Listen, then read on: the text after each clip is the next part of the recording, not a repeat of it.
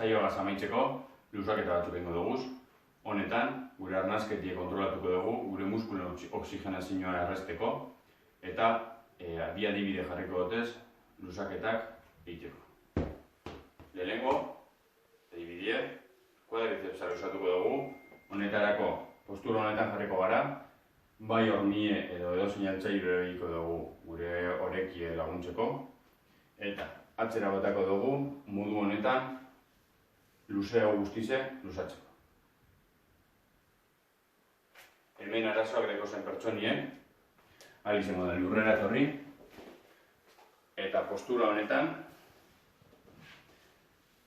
flexionatute belaune modu honetan, enborra atzera botako dugu. Gero eta enborra atzera bota, gero eta gizo luzatuko dugu kuadricepsa.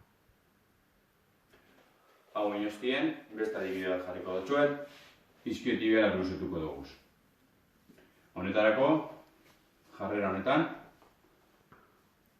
enborra aurrera batako dugu besoagaz batera, eta parte honek luzatu bideu.